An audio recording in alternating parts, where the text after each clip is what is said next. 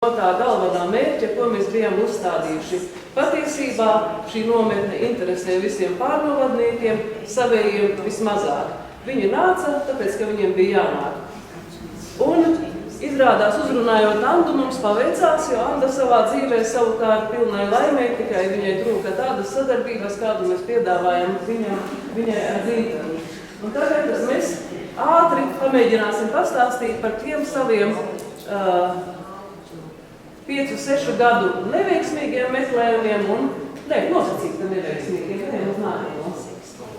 Tātad no 2001. gada mēs jau sākām kopā strādāt ar pieredzējušu etnomuzikologu, un tā mēs uz vairākiem gadiem krimināla policijas priekšnieks, kultūras nodaļas vadītāja un etnomuzikologs kļuvām par tādu komandu, kurā mums likās pašiem interesanta un domājam par jauniešu folkloras nometņu organizēšanu mūsu pusē. Un mēs meklējam dažādus ceļus.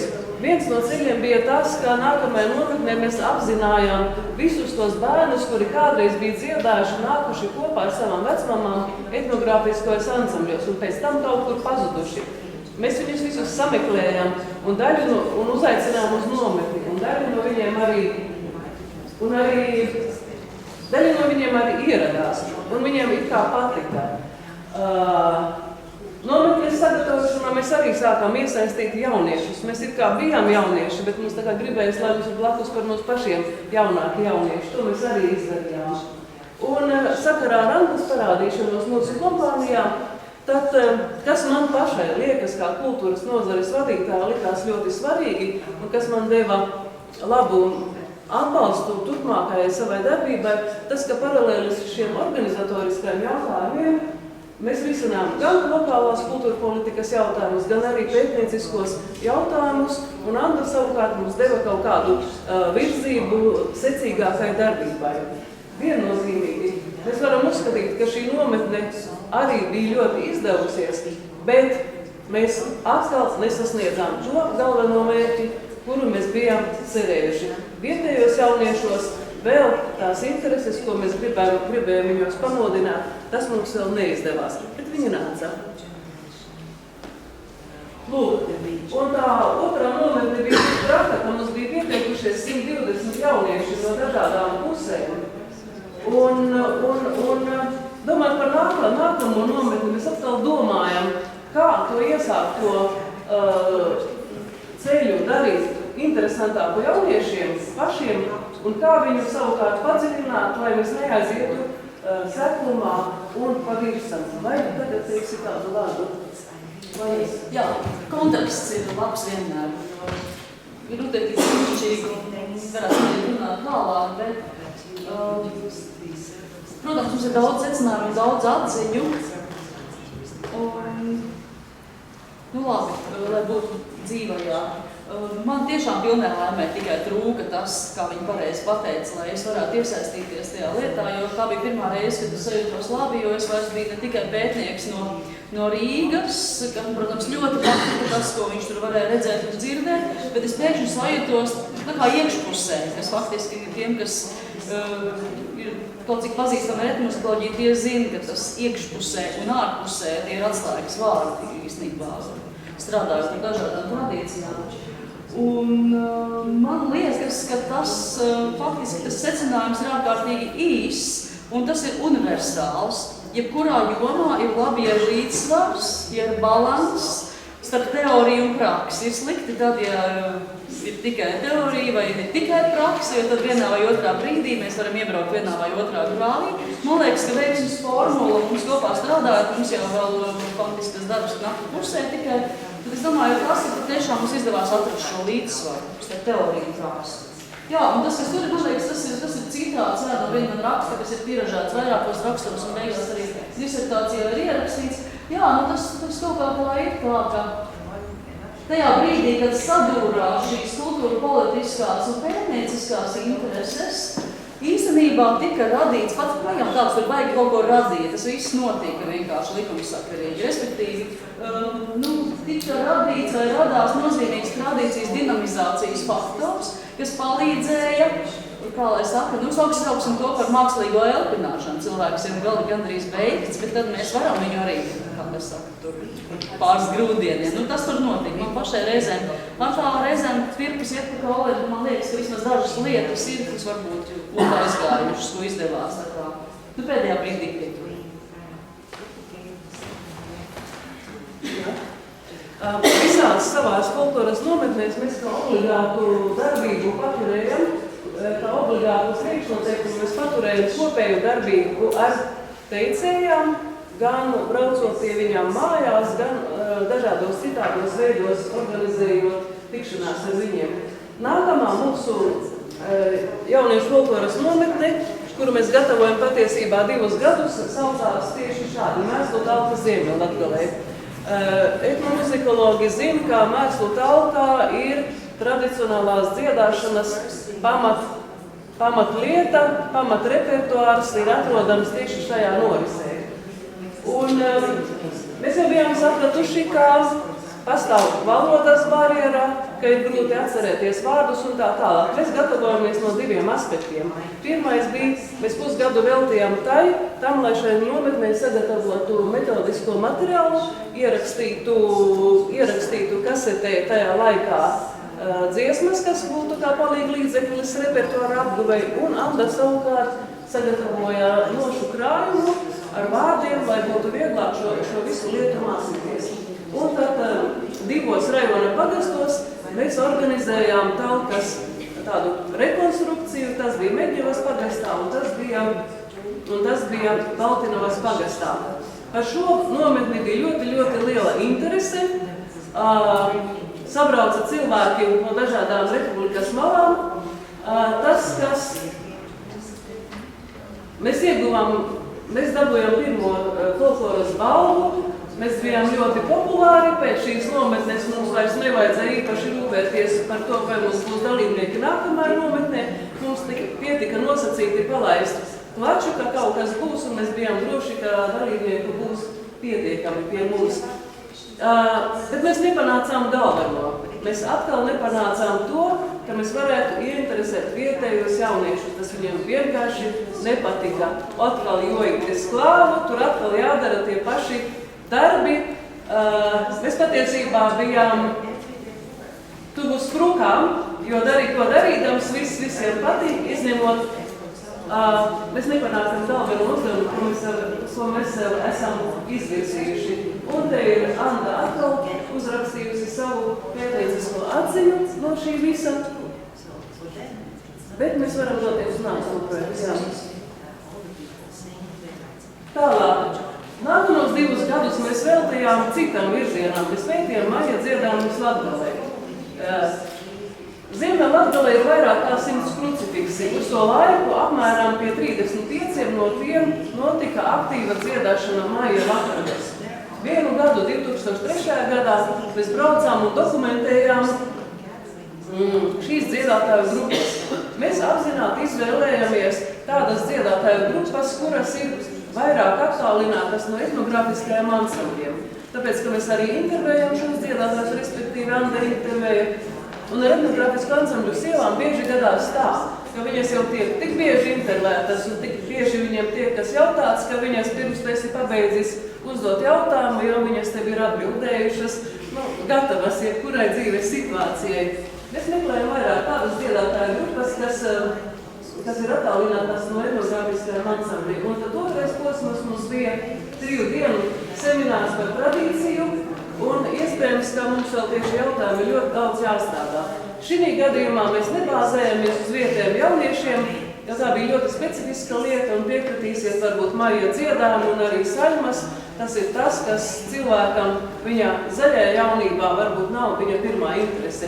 To interese var atnākt mazliet vēlāk. Ejam tālāk. Tradicionālās dziedāšanas meistarbaznīca Ziemeļlatgalē 2005. gads.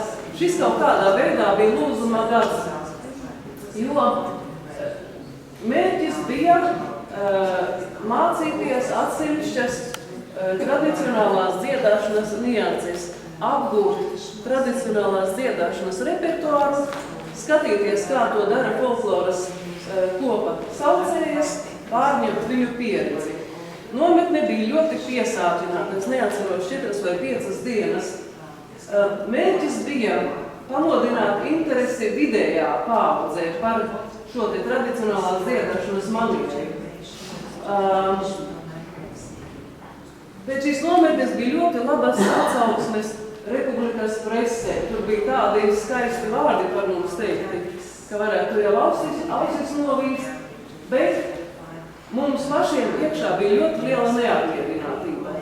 Un varbūt mēs ilgi ar Antu meklējam atbildi uz to, kāpēc mums ir šī iekšējā neapmierinātība. Un mēs atradām arī atbildes uz šiem jautājumiem. Pirmkārt, mēs sapratām, ka šāda forma, kad sabrauc cilvēki no visurienes un mācās kaut ko, tā ir ļoti smagnēja. Mums jāstrādā ar viņiem 10, 12 līdz 14 stundas diennaktī, lai visiem būtu interesanti. Mēs paši esam pārguši. Otrkārt, tad, kad ir daudz svešu cilvēku klāt, tie vietējie jaunieši, uz kuriem mēs patiesībā to it kā mērķējam, viņi mums īstenībā paliek otrajā plānā, jo mēs visu uzmanību veltām patiesībā ciemiņiem. Un acīm redzot, mums mazlietiņi varbūt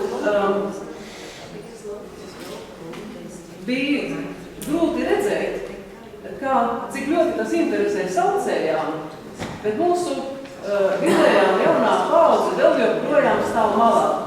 Bet labais, manuprāt, bija tas, ka arī beidzot mūsu jauniešus un arī beidzot mūsu vidējo paudzi, varbūt šī situācija mazlietiņi sakaitināja. Un tieši pēc šīs nometnes tad sākās tā darbība, par kuru mēs bijām tik ilgus gadus sapņojušas. No 99. līdz 2005. Patiesībā mēs to varam uzskatīt par tādu meklējumu posmu, kurš no vienas puses bija spožs, no otras puses mēs nesasniedzām savus rezultātus. Tālāk. Bilde, ko jūs redzējāt video iepriekšējā. Ar 2007. gadu mums izdevās panākt pavisam citu izvērsumu, un te jūs to redzat. Tagad es mēģināšu šo izvērsumu komentēt.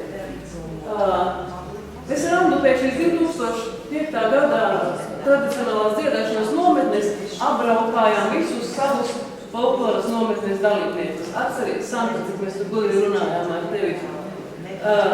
Varbūt mums kaut kādā veidā jau tajā brīdī palīdzēja konvencijas nostādnes. Varbūt mums palīdzēja tā dzēriena burka, kuru mēs šeit pārcilājām no vienas uz otru. Bet mēs noskatījāmies un izanalizējām pilnīgi visus nometnes materiālus. Un nākamajā gadā tad mēs sagatavojam šo te nemateriālā kultūras mantojuma aktivitāšu veicināšanas programmu. Šeit uzliekot uzsvaru uz vārdu aktivitāšu veicināšanas programmas. Jo mēs pilnībā noņēmām to darbības formu, ka mēs kaut kādā veidā nosakām. Īstenībā šie visi cilvēki, kas bija ar mums kopā šos gadus, kaut kādā veidā jau bija iekustināti. Mēs sapratām, ka tagad mums ir jāuzdod viņiem jau pašiem uzdevumi, lai viņi risina situāciju uz vietām. Un šī te izvērsums uz dažādiem rajona pagaštiem un uzdevumu uzdošana gan etnogrāfisku ansambļu un folkloras kopu vadītājiem, gan tautas nagu vadītājiem, gan arī citiem tradīcijai ieinteresētiem cilvēkiem, patiesībā mums deva vajadzīgu atdevi. Un jūs redzat, un arī jau redzējat video, kāds mums bija izvērsums šajā 2007. gada Meistardarbnīcās. Pie tam mēs darbu organizējam tā, ka nodarbības sākas pēcpusdienā un līdz vēlam vakaram, tā, lai tas arī vietējiem cilvēkiem, vietējiem jauniešiem netraucētu viņu mājas darbos, tā, lai tas visiem būtu pieņemami, lai viņi var pastrādāt gan mājas darbus, gan vakarā un pēcpusdienā kaut ko mācīties. Līdzīgs, tikai mazliet savādāks izvērsums bija arī 2008. gada Meistardarbnīcām un arī 2009. gada Meistardarbnīcām. Šeit mēs varētu stāstīt par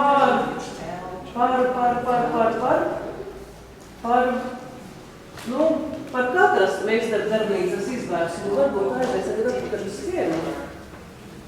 Jo savs izvērtums bija maizes darbnīcām, savs izvērtums bija tradicionālās dziedāšanas darbnīcām, un savs izvērtums bija aušanās. Katrā gadā bija cita dinamika.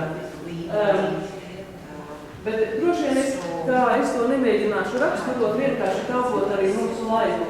Gribu teikt, ka organizējot šīs te meistardarbnīcas, mēs arī salauzām vairākus pieņēmumus sevi. Un viens no pieņēmumiem, piemēram, bija, kad mēs organizējam pirmās maizes cepšanas meistardarbnīcas.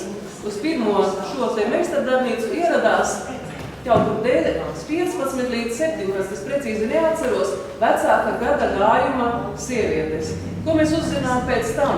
Mēs uzzinām, ka maizi cep arī ļoti daudzas jaunas sievietes, taču šis pieņēmums ir tas, ka tas ir jādara un ka to dara tikai veci cilvēki. Nākamā gada meistardarbnīcā mēs uzrunājām visus šos jaunākos cilvēkus un tādā veidā panācām šo lūdzumu. Un trešais gads bija piemēram tāds, ka jau konkrēts meistars strādā ar konkrētu mācekli, kurš grib apgūt šo te maizes cepšanas prasmi.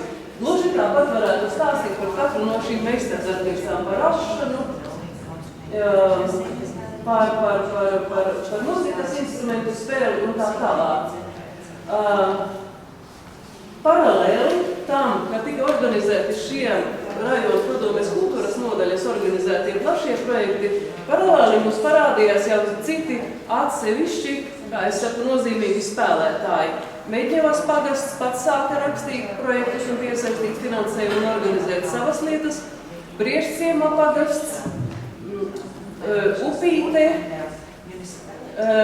nenosaukšu tagad visus, bet lai nesamelošu.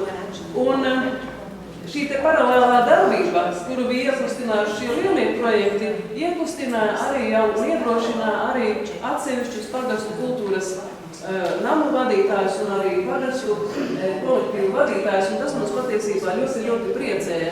Un tas jau bija rezultāts tādiem meklējumiem no tām kopējām visām mūsu nodarbībām. Tad jūs redzat tādas lietas, kā piemēram Valdu centrālās bibliotekas datubāze. 2007. gadā centrālā biblioteka sāka veidot datubāzi. Šodien, uz kurā šodien ir vairāk nekā 1000 ieraksti. Šis darbs tika veidots sākot no 2007. gada. Tā skaitā reģiona kultūra vēstures datu bāzē ir vairāk kā 177 ieraksti par folkloras teicējiem, vācējiem, izpildītājiem, vairāk kā par 20 tautas muzikantiem, vairāk kā par 40 garīgo dziesmu dziedātājiem un tā tālāk. 15 nemateriālā kultūras mantojuma saglabāšanas projektiem. Tajā laikā, 2007. gadā, mēs par neapgūtām rezervēm uzskatījām Valdu novada muzeju un mūzikas skolas. Šodien es varu teikt, ka Valdu novada muzejs ir tas, kas nemateriālā kultūras mantojuma sargātājiem un pārmantotājiem republikā būtu noteikti jāredz. Jo Valdu novada muzejs ir realizējis brīnišķīgu projektu saglabāt, lai nepazaudētu, kur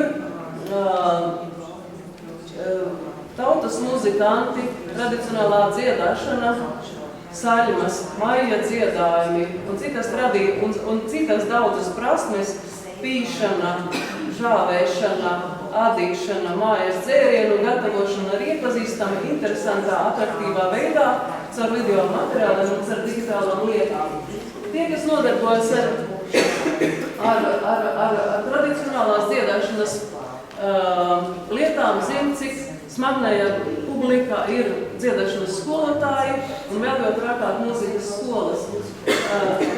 Esam priecīgi par to, ka Baltinos mūzikas skola brīnišķīgi audzina tradicionālos viola spēles meistarus, ka viņi pārņem un spēlē Andreja Rancāna repertuāru un to, ka viņi brīnišķīgi muzicē kopā. Par Upīti mēs vēl atgriezīsimies. Vēršakalnā ir brīnišķīgs muzejs, kur mēs aizbraucot varam cept maizi, kurš nav formalizējies, un tur var dzirdēt ļoti interesantus dzīves stāstus. Valdu mākslas skola bija aktīva tad un ir arī aktīva tagad, domājot gan par keramikas tradīcijas turpināšanu, gan arī par dažādām citādām lietām, piemēram, par nemateriālā kultūras mantojuma kaut kādu nianšu iestrādāšanu animācijā un citās lietās. Viduču pamatskola ir īpaša vieta, jo viņi bija vieni no tiem, kas 2005. Gadā kļuva spītīgi. Jau vairākus gadus, vairāk kā 5 gadus šeit izcili darbojas Medņeva folkloras kopa Egli. Un Viduču pamatskola ir arī tā, kas dokumentēja savu dziedātāju dzīves stāstus, kas dokumentēja savu teicēju dzīves stāstus. Anda man saka, ka man tagad ir jābeidz runāt. Jo vienkārši es gribu arī. Jā, es laidu naudu pie vārdā. Tikai tā es. Mēs vienkārši gribam ļoti daudz pateikt. Jā, tuvojoties jau otrajai mūsu sadarbības atklāsmes pusē, es gribētu tagad varbūt kaut kāds apgrūtināt jūs ar dažiem secinājumiem no savas puses. Man palīdzēs video materiāls, jo tas, protams, runā daudz spēcīgāk un izteiksmīgāk. Es tikai īsi pakomentēšu pirms un pēc, ko mēs redzēsim.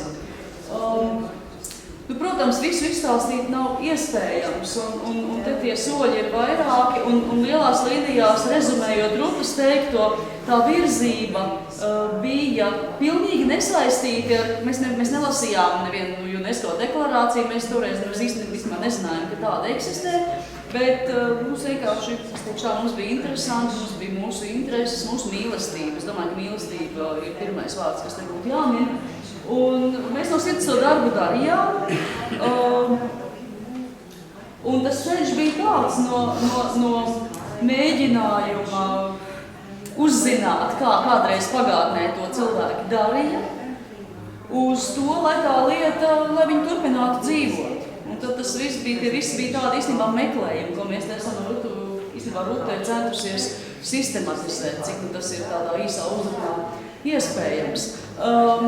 Īsai ilustrācijai, tas, ko jūs redzēsiet tūlīt materiālā, ko es esmu mēģinājusi poetiski nosaukt par video secinājumiem, jūs redzēsiet jau Rutas pieminēto 99. gadu, kur jūs redzēsiet vienā siena laukā gan etnomuzikologus, gan pārnovadniekus, gan visus kopā darbībā, jo tas ir svarīgi, ja, jo ansamblis uziet uz skatuves un nodzied, tad tas ir skatuves priekšnesums.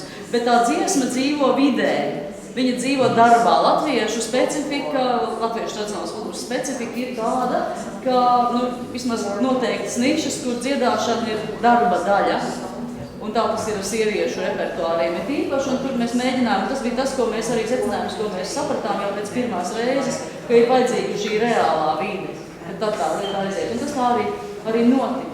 Tad jūs redzēsiet vēl vienu fragmentu no rekonstruētas mēslu talkas, kur, protams, tie video materiāli kvalitāti, tā arī ir vēsture, jo tās ir digitalizētas VHS kasetes, tehniskā kvalitāte ir tāda, kāda viņi ir, bet tas, protams, dokumentālo vērtību nemazina. Liriskai atkāpē jūs redzēsiet arī, faktiski, es teikšu, vienus no pirmajiem ieskatu, vienos no pirmajiem vispār video ierakstiem, kad vispār Latvijai pienāca tie laiki pēc Zelsa priekškara krišanas, 91. gads, kad arī citiem, nevis īpaši izredzētiem kinošņikiem bija iespējams ņemt rokās video kameras un kaut ko nofilmēt. Un tad tur ir īsts ieskats no tā laika. Tas saplūst ar mūsdienām, jūs to redzēsiet, nenokavējiet to momentu, man viņš pašai ļoti mīļš. Un tad pašās beigās jau mēs redzēsim arī kvalitāti drausmīgi. Tas ir materiāls, ko es dabūju no vietējiem Medņevā, kas ar prieku un baudu nofilmēja pasākumu, ko jau bija organizējuši paši vietējiem. Konkrēti tas ir apdziedāšanās dziesmu vakars Medņevas klubā, uz kuru mēs ar saviem studentiem aizbraucām pēdējā brīdī dabūnot zināt, ka kaut kas tāds eksistē. Mēs tur arī drusku pamācījāmies, pagatavojāmies, un pēdējā kadrā jūs redzēsiet tikko nodibinātās etnomuzikoloģijas nodaļas pirmā kursa studentes, kas ir drusku apgrābstījušas apdziedāšanās dziesmu prasmi un dzied pretī, un tas ir faktiski mans etnomuzikologa ideāls. Meitene ar kameru, kas atdzied dziesmas. Nu, tāds simbolisks ieskats visu mēs nevaram parādīt, bet es domāju, ka šis īsais materiāls kaut kādā mērā ilustrē to, par ko mēs šodien runājam.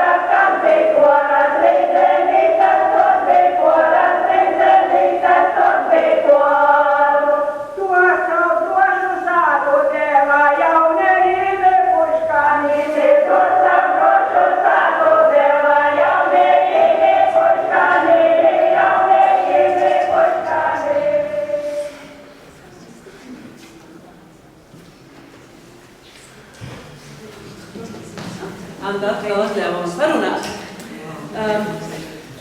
Tagad, kad vairs nav rajons kopā, bet ir 4 novadi, es gribu pateikt, ka neskatoties uz to, ka tādi vairs kopējie projekti tik lieli nenotiek, tomēr katrs novads ir saglabājis kaut kādu savu stipro pusi. Un runājot par Viļakas novadu, kurš man tomēr ir mīļākais, neskatoties uz to, ka es strādāju Balvu novadā, tad es varu teikt, ka Viļakas novads ir vienīgais patiesībā, kurš turpina tādus arī lielākus kopējus projektus. Bet Viļakas novadā ir arī ļoti daudz individuālu stipru spēlētāju. Piemēram, šoruden jau 10. reizi Medņevas pagastā sanāks tautas muzikantu sajiets. Regulāri notiek kapelu maratoni. Izvērsta ir Vēršu kalna muzeja darbība. Tautas muzikantu un teicēju dzīves stāstu dokumentēšanu Medņevā es jau minēju. Runāt par Balvu novadu, tad Balvu novads ir mazāk aktīvs dažādu tādu nodarbību organizēšanā, kas ir veltīta prasmi pārmantošanai. Toties Balvu novads rūpīgi kop savu šo te muzeja darbību, kas ir veltīta nemateriālām kultūras mantojumam Ziemeļlatgalē un arī, protams, kultūra vēstures datu bāze. Rugāju novads. Rugāju novada dziedātājas vēl varbūt sagaidīs savu jauno paudzi, kas pārņems viņu dziedāšanas prasmes. Toties viņi ir nepārspējami meistari maizes un citādās visādās cepšanās. Un par Baltinavas, mazāko Latvijas novadu Baltinavu, es gribu teikt, ka viņi mums ir tas aizdedzinātājs un deglis, kuri visu pierobežu ir aizdedzinājuši ar brīnišķīgām un padziļinātām studijām tautas tērpā detaļās, tautas tērpā kopumā. Viņi ir arī rekonstruējuši brīnišķīgu Abrenes tērpa komplektu. Un, protams, es jau minēju Baltinavas muzikas un mākslas skolas jaunos vīlniekus, kuri cenšas spēlēt Andreja Rancāna manierē. Bet ir tā, ka mums ir jāatgriežas, un laiks jau to saka, ka mums ir beidzot atkal jāatgriežas upītē. Patiesībā mēs no upītes nebijam izgājuši, jo visur ik pa brīdim mēs redzējām arī video materiālos un pieminētājās, nepieminētājās lietās upītes ļaudis. Un es gribētu, lai jūs paskatāties šajā slaidā un patiesībā paskatāties, cik gada skaitļi ir aiz katra projekta nosaukuma. Un tad paskatieties, ka šī dinamika ir tikai atpakaļ, ka šī dinamika patiesībā ir 5 gadi. Un šie 5 gadi, un šeit vēl nav visi projekti sarakstīti. Mēs apzināti neierakstījām dažus projektus, tie, kuri vairāk attiecas uz kaut kādu infrastruktūras sakārtošanu, piekārtošanu, kas patiesībā kalpoja vienai un tai pašai lietai. Un tā ir ārkārtīgi piesādzināta dinamika. Es gribu teikt, ka tas ir apmēram tikpat daudz, cik mēs rajona laikā padarījām arī tikpat ilgā laika posmā, taču šīs ir nevis rajona aktivitātes, bet šīs ir tikai viena neliela ciema aktivitātes. Visu cieņu šai, un tagad Anda var arī jau parādīja šo piesaistīto finansējumu, kā viņi ir piesaistījuši šīs lietas, lai viņi varētu darboties tā, kā viņiem gribas, lai viņi varētu saglabāt un pārmantot to, ko viņiem gribas un kā viņi gribas, lai viņi augtu paši un lai viņi tradīcijā audzinātu arī savus bērnus. Tad es gribu atzīmēt vēl vienu lietu šajā visā. 2010. gadā mūžībā aizgāja Antons, un man liekas, tajā brīdī mēs visi kļuvām pieauguši. Tā skaitā arī es. Man bija mazliet pāri 50, bet es gribu teikt, ka tieši šai brīdī es kļuvu pieaugusi. Tas, protams, attiecas uz Andri un uz daudziem citiem, jo mēs sapratām vienu, ar šo brīdi mēs esam visi atbildīgi par to, lai nepārtrūktu tas darbs, par kura turpinājumu mēs savā laikā tik ļoti paļāvāmies uz Antonu. Mums pietika piezvanīt, un mēs visu zinājām. Mums pietika pajautāt, un mēs saņēmām atbildes uz visiem jautājumiem. Tagad šīs atbildes mums ir jāmeklē pašiem, un aktīvā upītes ciema darbība arī par to liecina, ka tas viss notiek.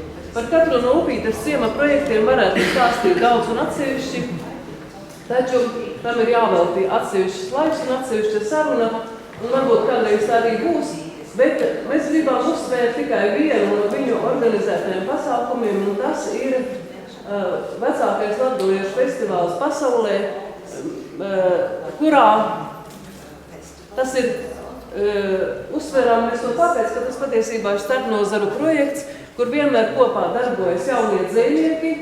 Katrā šajā festivālā vietu atrod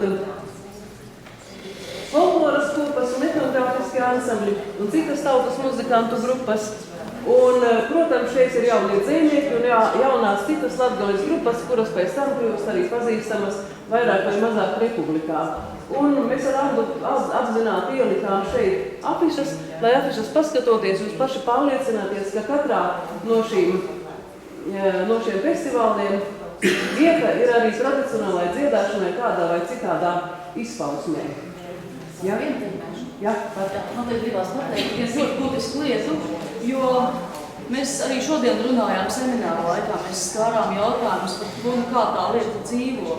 Un arī kādreiz runājot ar saviem studentiem, liekas aizvakar vēl lekcijā topošiem muzikas skolotājiem, es teicu kaut ko apmēram tādu, ka ja mēs to lietu izņemam ārā no kaut kurienes, nu teiksim vienu dziesmu, vai izcepta maizi, no tā, un uzliekam to uz skatuves, vai rādam to kādā izmeklētāja auditorijai, tāda kā mēs esam tagad, tas ir tāds vai citāds kaut bet koncerts, tas ir kaut kas mākslīgs. Upīčas obeļdoras, kur ir viss kaut kas, vairāk vai mazāk, tas var patikt, var nepatikt, bet ļoti dažādi, es pat teiktu, sauksim to par mūsdienas atdzīves mūziku, vai pat par populāro mūziku. Vai kā man Meģņevas draugi, ar ko es reizēm mēdz kopā uzspēlēt, saka, šodien mēs spēlēsim roku. Ar to roku viņi spēlē ar garmaškām. Un tas ir ļoti interesants lokāls roka paveids īstenībā. Un tas, ja tradicionālā mūzika šajā gadījumā, kas ir arī nopietni ļoti nozīmīga nemateriālā kultūras mantojuma daļa, ja tā dzīvo šādā festivālā, tad tā jau ir indikācija, ka viņa tiešām dzīvo. Tas ir, man liekas, ļoti nopietni. Tāpēc mēs arī gribējām pie šie obeļdoras pakavēties. Protams, obeļdoras ir tas, kurš pozicionē latgaliešu valodu kā īpašu nemateriālā kultūras mantojuma nesēju, kas man, piemēram, ir ļoti stipri pie sirds. Tā, labi, ejam tālāk. Un tagad es gribu jums pajautāt, vai jūs atceraties, ka tajā slaidā, kur bija nosaukti Upītes visi realizētie projekti, bija arī šāds ieraksts. Upītes puses daudzbalsīgo dziesmu ar pusbalsu diska izdošana. Pamanījāt? Lūk. Tad es ar pilnu atbildību paziņoju, ka jūs esat pirmie cilvēki Latvijā, kuri šo disku šovakar redzēs, un Upītes folkloras kopas izpildījuma arī dzirdēs to, kas ir šajā diskā iekšā. Disku Upīte saņēma 5 minūtes pirms 6. Tas ir vēl gluži silts.